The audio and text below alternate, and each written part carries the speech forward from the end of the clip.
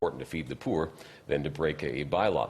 So, but I think the charge was that you were endangering people because of where you were placed, feeding the poor, putting pedestrians in danger or something. I'm not sure what the deal was there, but I mean, again, a bit of a ridiculous charge. I mean, obviously people were not endangered when you look at the video footage. The email from Mary from New Brunswick says, this video footage makes me wonder what impression we as Christians are giving the world. It makes us look like people who don't agree with the law. If any other religion were out in my front porch preaching their religion late at night, I would be upset and I would call the authorities. So why should we single ourselves out as Christians to be exempt from the law and common courtesy? So how do you respond to Mary? Well, I will respond the same way that apostles responded, that you have to judge for yourself who you are to obey, God or man. Like the men in the city of Calgary are saying, feeding homeless, it's a crime, it's a bylaw in place.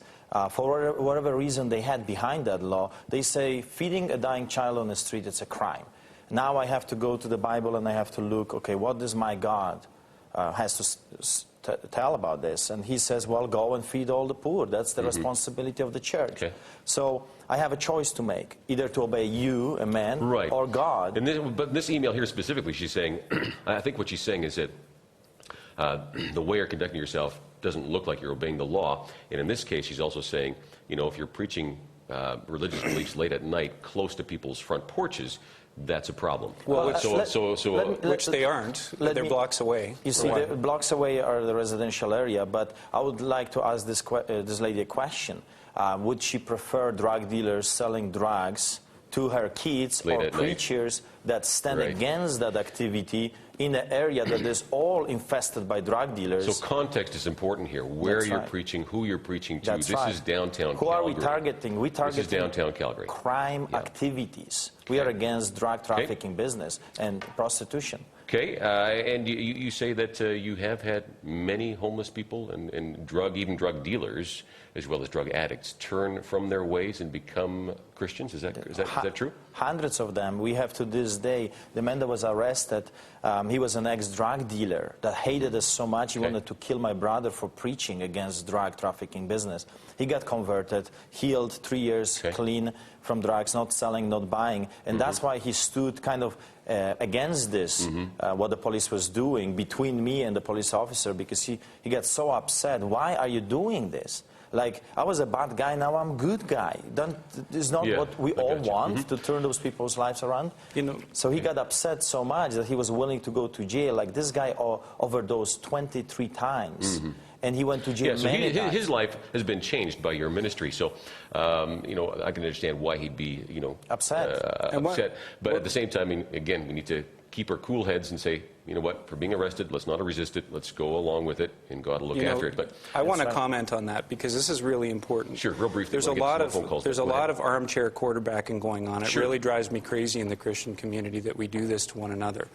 You know, I think that if you had been in this situation for several years and looking after the homeless, taking care of the needs of the poor, and doing what the Bible tells you to do, and always doing it peacefully and respectfully. Under pressure, when you're at that moment, you don't have the opportunity to compose yourself as much as you'd like to. Looking back on the scenario, I'm sure that there were things that Art probably would have done a little differently. It's a good point. But at the end of the day, we look at it from a third-person perspective, not having been under that pressure with, you know, 7 or 8 police vehicles around you and all those other things. I think you've got a valid point there as well. I mean, again, bottom line is we all have to give an answer to Jesus. So, you know, when we do cross the line and we sin, we do need to apologize and ask for forgiveness. I think that's the bottom line there. But you're right. How many of us haven't done that? I mean, we've all done that to some degree, right? And I think what you're saying is here you are in downtown Calgary dealing with the homeless and a lot of drug pushers as well. And then you got, you know, the intimidating force of police officers and bylaws coming down on you. Got the biggest number. That is a whole different kettle of fish, and you are doing what you believe you are to do, preaching the gospel and feeding the poor. So, and again, and I've said that before on this program, hey, it's one thing to criticize Art, and I do have some criticisms, but you know what? He's done far more for the homeless than I probably ever will. So let's take some more phone calls here. Billy from Ontario, go ahead. Billy, you're on the air. Yeah, I agree with everything that, like with the street preaching and obviously, you know, preaching the gospel into all the world. But I just felt when I saw the arrest it was a little bit out of line. Okay. On whose part? On telling the officer that he has a heart of stone. Right. And, he's going to face judgment on this. I feel as if that is dishonoring and it's not out of love. I totally agree with street preaching, and, I'm totally on your side, but you have to do it in an honoring way. And if I feel as if the officer comes and tells you to move your vehicle, it's legally parked, then move your vehicle, because you're not going to win. The officer. Yeah, I mean, I tend to agree with your approach. I would agree that I would choose my words differently, and I think I would have moved my vehicle right away as well. So your response, Art, on that? Well, first of all, the person that was speaking to the police officers was an ex-gangster that walked with guns and did robberies, armed robberies. And the guy who's saying you're going to be judged? Or? That's right. Okay. It was David. And so you're looking at the scenario that for years we are harassed and intimidated by force of the city, numbering 30 officers at times, 11 vehicles. So finally you come to a point like, people, you're wicked. And I agree with David.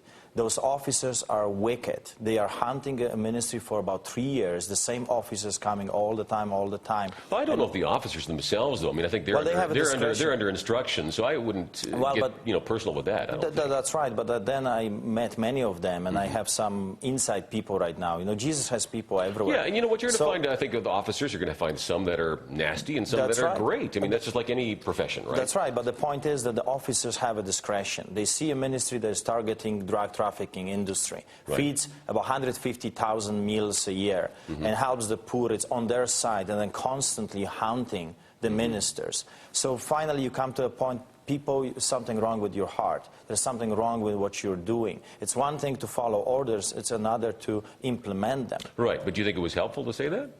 Well, I believe that every man is accountable, and I believe that there is a time that, yes, you pray for officers. I prayed for hundreds of them. I preached to them, but there is a time that what they need to hear is that they will face judgment. That one day they will stand before the very God that created them, and they will be accountable for their Billy, go ahead. That's true, but our job is to love them and honor them, not to tell them they have a heart of stone and tell them they're going to be judged. Well, I would encourage this gentleman to read the prophets and Jesus' words. And I was reading today in the book of Acts when he says, whom you murdered. Like he's accusing the government. He's speaking to people that don't know Jesus. He was talking to the Pharisees. He was talking to the Pharisees didn't know Jesus leaders as well. They were absolutely against Jesus. They didn't believe he was the Messiah. So, I think this comes back to the misconception of love that we have gotten in the modern church today. The misconception of love today is this feel-good, ticklish ear kind of love that Jesus never preached. Jesus had this balanced way of coming at things, which was to both demonstrate and teach about the love of God, the grace of God, as well as the holiness of God and the judgment and wrath of God. And unfortunately, what we've done in the modern church, especially in North America, is that we've opted out the uncomfortable things of the gospel in order that we be comfortable in our chairs. Right. And I'll tell you what, in one sense I agree with you. I mean, I think it's okay for us to preach about hell and those kinds of things. I mean, whereas it's not politically correct today. But I'll be honest, at the same time, I think on this one I'm going to disagree with you Jim, and Art, and agree with Billy. I think overall, I think those comments weren't helpful in that particular context. Billy, do appreciate your input on that, so I agree with you on that one. But you know what, let me comment quickly on that. We got taken to jail. The same officer arrested me, handcuffed me, dragged me to jail. We started singing and preaching. Half hour later, he opens the door. On this particular arrest, you're saying? That's right. Oh, okay. We were taken to jail, right? They put us on display over there, handcuffed and everything. But in jail, we were able to preach to entire police district 1. Right. And we were singing songs, and they came and opened the doors and says, okay, we're letting you go. Right. Because they said we are disrupting the whole building. Like, they cannot work anymore because of the preaching and singing. So, you see, after I had a conversation with the same officers, and I want to tell this gentleman that just... And now it's a different context where things are calmed down. This police officer, his heart got so much stirred that he was an attendee in his private clothes at our street church lately. He came to the street church to hear the preaching. So I believe, was he there to hear the preaching, or was he there doing some undercover work? No, he was on his way to work, and he stopped. He saw us at the steps of the city hall. He stayed. He listened to the preaching. You see, there is a way of stirring people's hearts as well. There is one way, loving, and there's another, you brood of vipers. Right. Who warns Right. you that you will flee Yeah. from the wrath Yeah. that is coming? You know, you need I hear both. You need both. I hear you. Yeah.